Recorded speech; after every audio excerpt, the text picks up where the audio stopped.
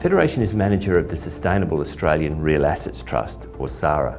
SARA is Australia's only energy transition fund.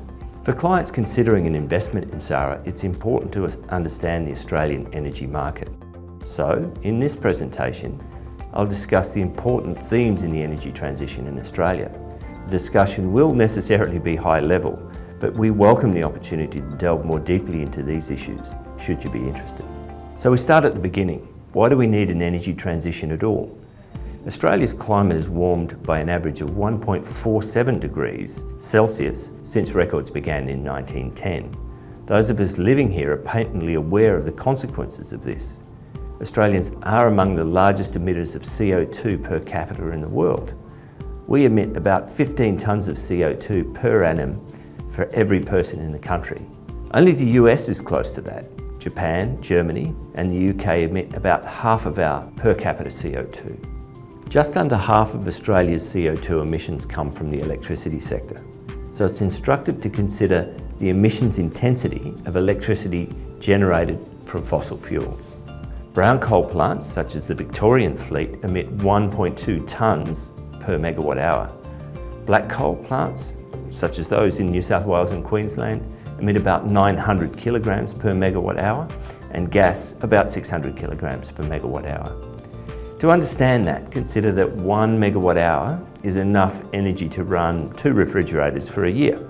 Put another way, your fridge creates about 351 kilograms of CO2 per year in Australia. We just can't keep doing that. Engineering and economics. These are the lenses through which we should consider electricity generation and thus the energy transition in Australia. Firstly, the engineering. Electricity must be consumed the very instant it's produced. Otherwise, the grid becomes unstable and we'll have blackouts or equipment damage. Now, when I flick on that light switch, I expect the light to come on every time. There are about 31.5 million seconds in a year. Our national electricity rules specify a reliability requirement of 99.998%.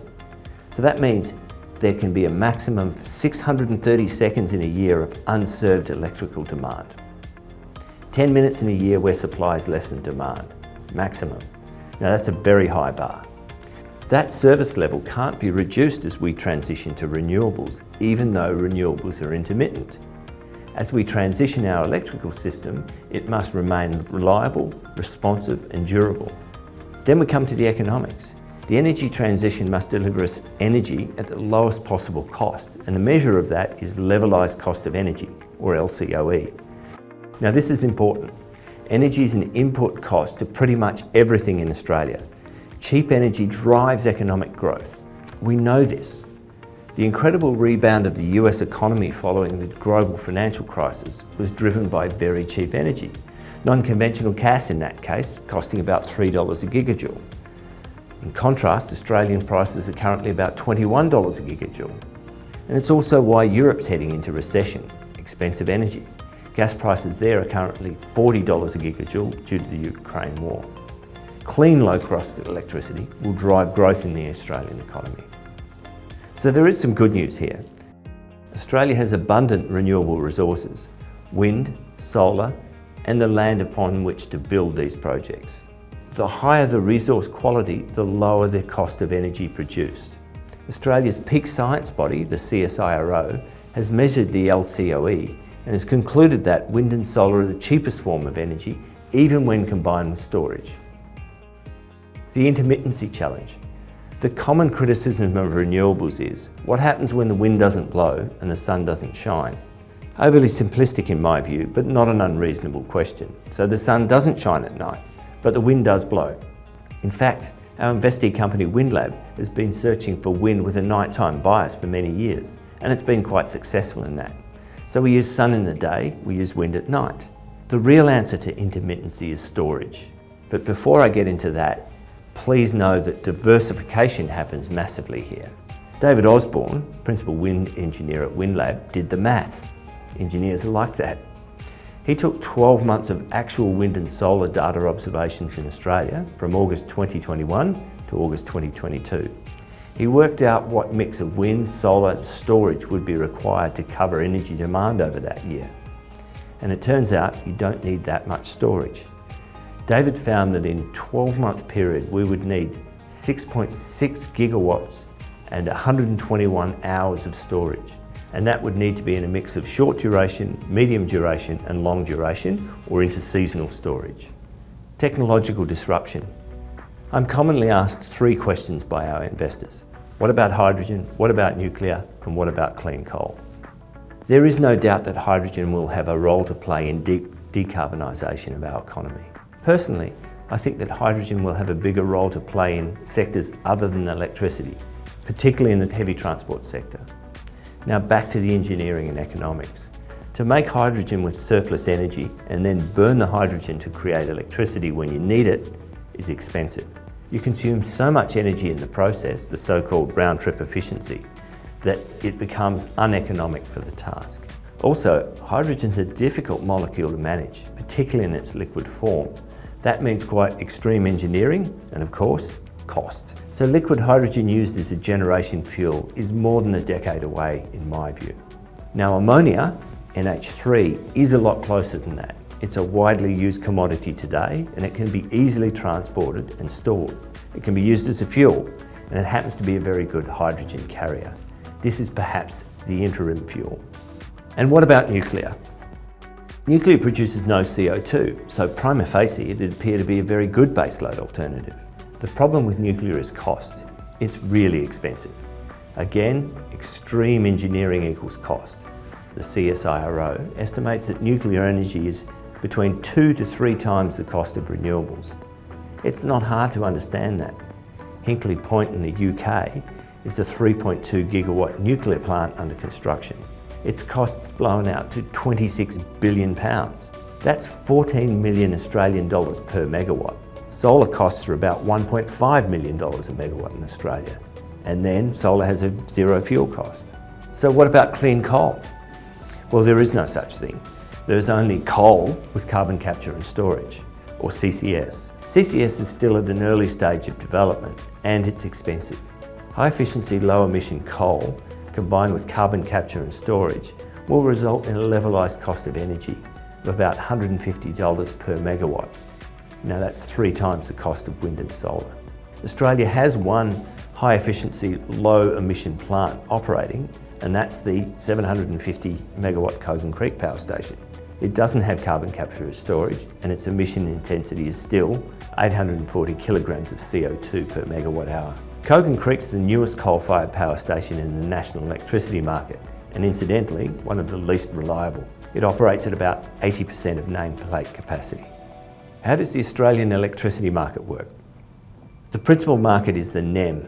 There is another market in Western Australia which is not connected, but that's only about 1/10 of the size of the NEM. The national electricity market's an energy-only market with smaller markets for ancillary services, being frequency and voltage controls. Now, batteries are excellent at providing these services. WA has a different market model. In that system, there's a capacity market. That is, the market operator pays generators for being on the system and available. Before we invest in a renewable project, we will want to contract the sale of our electrical output. The predominant form of contracting in the Australian markets is the Power Purchase Agreement, or the PPA. Now this is where a generator agrees to supply electricity at a fixed price to a user. Historically, the large electricity retailers were the only parties signing PPAs in Australia. Now these retailers also have generation assets, thus the portmanteau, gentailers. So in effect, they were both customers and competitors. Not ideal. Renewables have changed this. Independent operators were much quicker at developing renewables, and the gentailers then began signing PPAs for renewable energy in response to customer demand. In the past 3 years, the market has evolved, further weakening gentailer market power. The corporate PPA market in Australia has taken off. This is where a corporation contracts directly with a producer to acquire renewable energy, bypassing the gentailer. A case in point is the PPA Apple Corporation signed with our investee company WindLab for the 400 megawatt Upper Vertican wind farm. In Apple's own words, this innovative project is part of Apple's ambitious goal to become carbon neutral across its entire business, manufacturing and supply chain and product life cycle by 2030. And so this subtle market evolution creates a great opportunity for investors like us. By corporates directly contracting with developers, we can greenlight more projects and bypass the gentailers, whose legacy assets are the largest emitters of CO2 in Australia, and we can hasten coal retirements while we do it. What about the political and regulatory environment in Australia? At Federation, we've been saying for a couple of years now that the states have been doing much of the heavy lifting in renewable energy policy in Australia.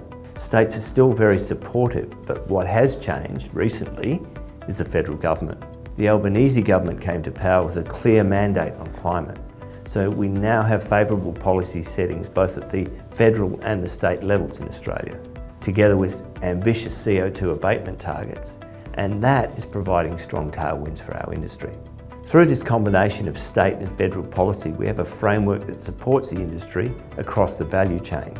We have transmission upgrades, dedicated renewable energy zones, renewable energy generation incentives, and in certain cases, government offtakes for renewables.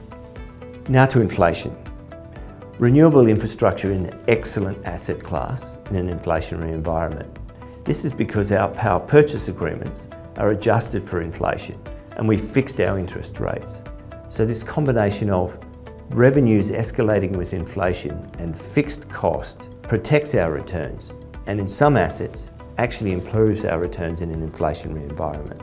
I trust that this presentation has given you a small insight into the Australian market, the strength of our ambition and the opportunity here. Remember, at its core, that opportunity is driven by the need to replace a 27 gigawatt coal fleet, and that replacement needs to happen for engineering and economic reasons. The coal fleet replacement creates a $300 billion capital requirement through to 2040. That's a once-in-a-generation capital formation event. At Federation, we welcome engagement with our shareholders, and I encourage you to contact us if you'd like to explore any of these topics in greater detail. Thank you.